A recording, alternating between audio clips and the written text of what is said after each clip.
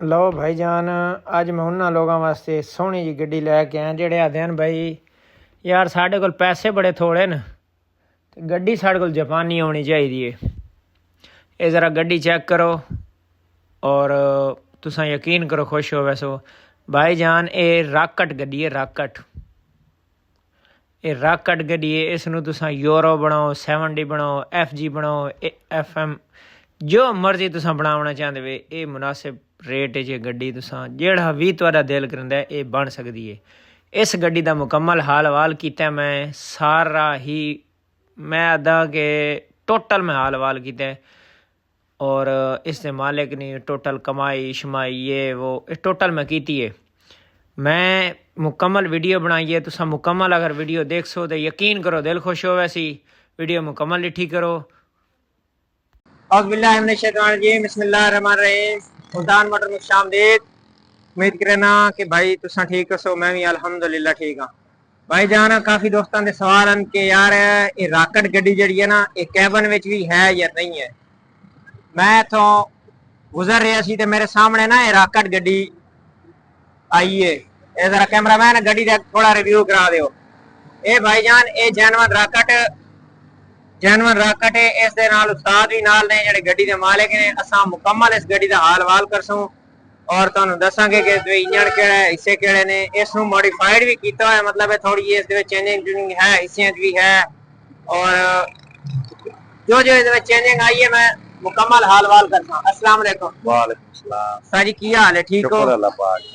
साद और नकी ना है जी? लियाकत तो बात। लियाकत केड़ी चाहिए? हरीपुर। हरीपुर। उस्ताद दौरान जी ना लियाकत है, हरीपुर रहने वाले ने और उस्ताद गड्डी दे मालिक ने।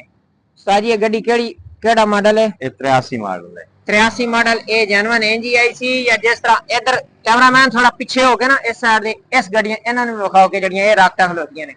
इस साइड दे जड़ियां सामने राकटां खलोती ए भी भाई हुन राकट है। अच्छा उस्ताद जी ये राकट इस गड्डी तो बाद आई है या पहले आई है? ये पहले आई है। ये थोड़ियां जी गड्डियां आईयां जड़ियां फौज कोल आईयां। अच्छा अच्छा, मतलब ये फौज की निगरानी के राकट है जी और हथों आए ने। ठीक हो गया। अच्छा ते उस तो बाद एक और चीज अगे ले आओ जी, अगे ले आओ। मैं तो उस्ताद को पूछते हैं। अच्छा ये हुन जेड़े इसदे हिस्से हैं ने हिस्से वो जेन्युइन ने या ना ना अस तब्दील कीती है। ये अगली धड़ी केड़ी है? ये हीनो दी है। ये हीनो दी है।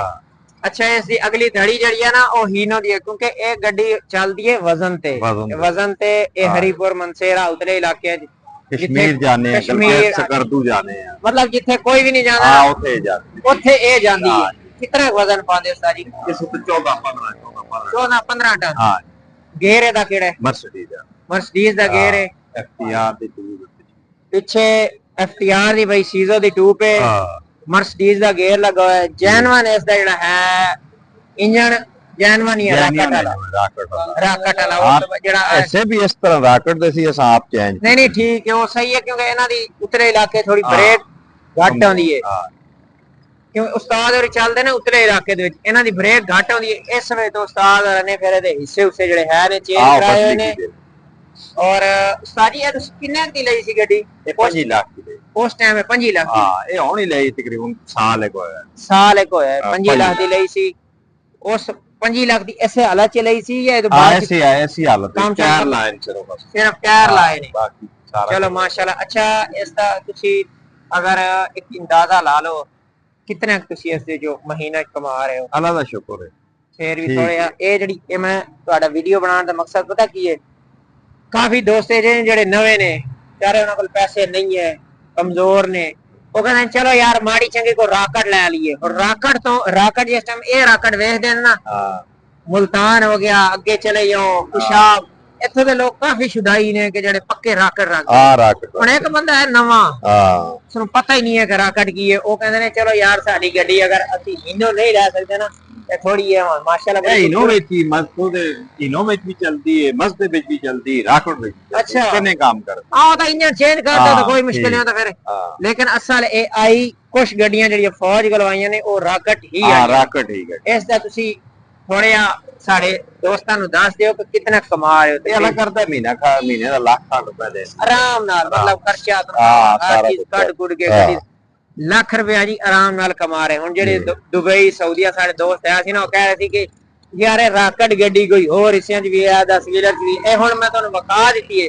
ਔਰ ਫਰੇਮ ਵੀ ਚੇਂਜ ਹੈ ਰਾਕਟ। हाँ मैं देख लिया। मैं ऐसा फ्रेम जरा है ना, फ्रेम है, मैं समझ लो कि जापानी गड्डी वाले फ्रेम थले रखे हुए हैं। राकट गड्डी भाईजान इधर कैमरामैन इस फ्रेम दिखाओ इधर। हुण देख लो, ये सिंगल फ्रेम थले पट्टी फिरी हुई है। ये भी जानवर राकट है, लेकिन ਇਹਦਾ छोटा फ्रेम है। साद माशाल्लाह तगड़ा फ्रेम रखे हुए है। ये देख लो इधर फ्रेम कितना मोटा है।